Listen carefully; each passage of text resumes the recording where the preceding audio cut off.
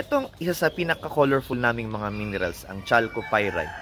Tingnan natin ng mas malapitan gamit ng ating handy-dandy hand lens ang itsura niya ng malapitan. So, ang chalcopyrite ay isa sa mga minerals na nag-display ng property na tinatawag na iridescence o yung pagkakaroon ng multiple colors at once. As you can see, may iba-iba siyang mga kulay dito, parang rainbow. Ang chalcopyrite ay hindi lang makulay, it's actually a very useful mineral.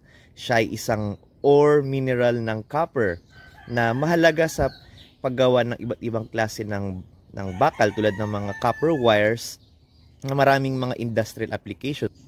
So this is chalcopyrite. Sa Pilipinas, meron din tayo iba-ibang mapagkukunan ng gaitong mineral. Para sa mga dagdag na video tulad nito, i-like at i-follow kami sa Spacetime Events and Exhibits.